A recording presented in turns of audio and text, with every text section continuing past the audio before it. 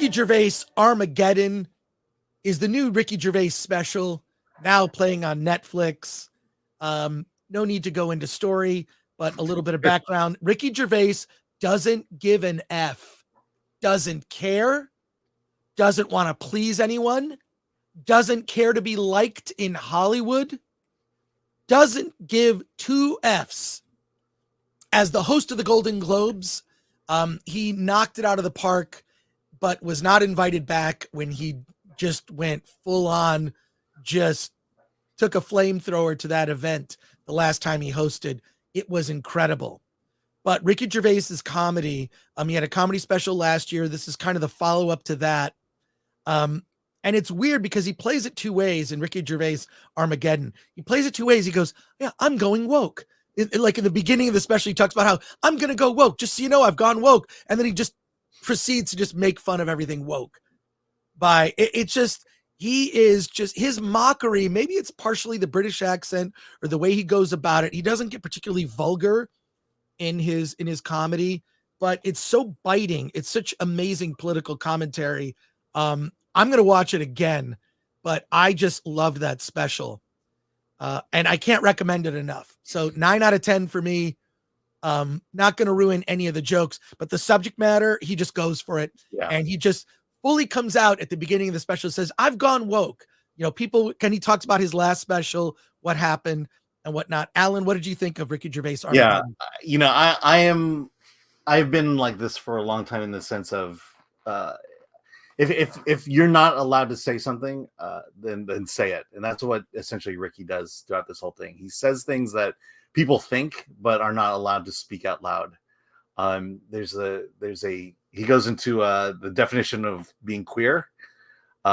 There's a free puppy segment in there that goes on way too long. And, right. You know, again, I think from my standpoint, there's a lot of things I've been thinking that, that would get you canceled if you said it out loud, and Ricky says it out loud. Yeah. And that's what I like about this special. The interesting thing was with this one, I watched this on Christmas at my parents' house, my dad's house. My daughter was taking a nap. She woke up as I was watching it midway through, and it warmed my heart to see her get into Ricky Gervais and really enjoy this special. I also have a very conservative brother, a very religious conservative brother. And he walked in on us watching it during that free puppy segment. And I'm like, he's just like, give me this look of, A, you shouldn't be watching this, and B, you shouldn't be letting your daughter watch this either. And I'm like, no, I'm watching this, and I'm gonna sit through this very long segment about free puppies. And oh man, that was a great conversation afterwards. Again, look, he's there to, this is the last bastion of free speech, of comedy, and he pushes the limits, and as he should. And I'm glad he's out there doing it. I don't agree with everything he said, but I'm glad he's able to say it. Yeah, I agree with everything he said. I what's so funny is how many people say that now, like to qualify. Like, it's like, I feel like that's used to be assumed. It used to be assumed that I don't agree with everything Alan says. I have my own opinion about things. And Alan and I have conversations. I don't agree with everything that I'm on a live stream with like 10 other people or 9 other people or whatever.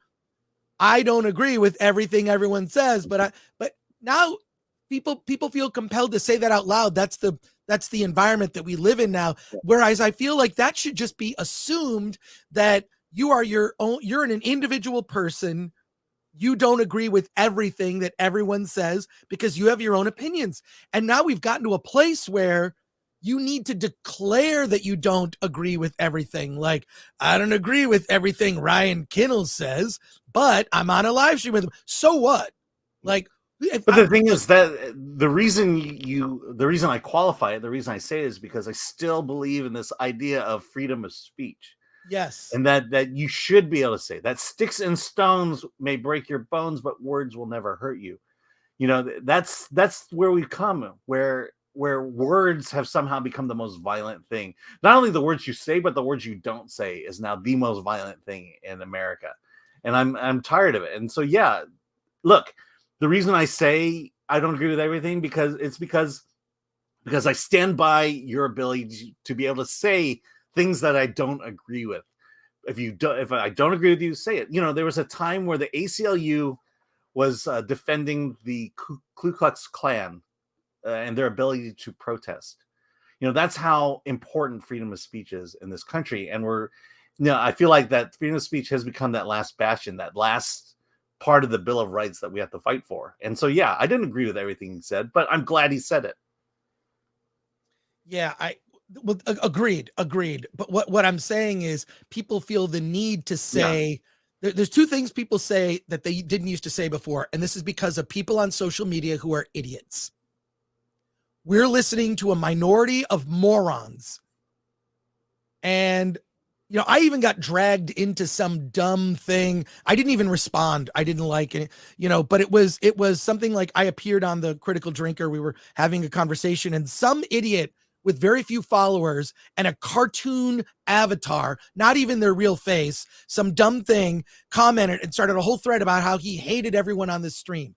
And why don't they talk about indie films? Obviously, this person doesn't know anything about Robert Meyer Burnett or myself or Critical Drinker, just took an isolated clip that they had seen and judged everyone based on that clip and then said how much headline. he hated.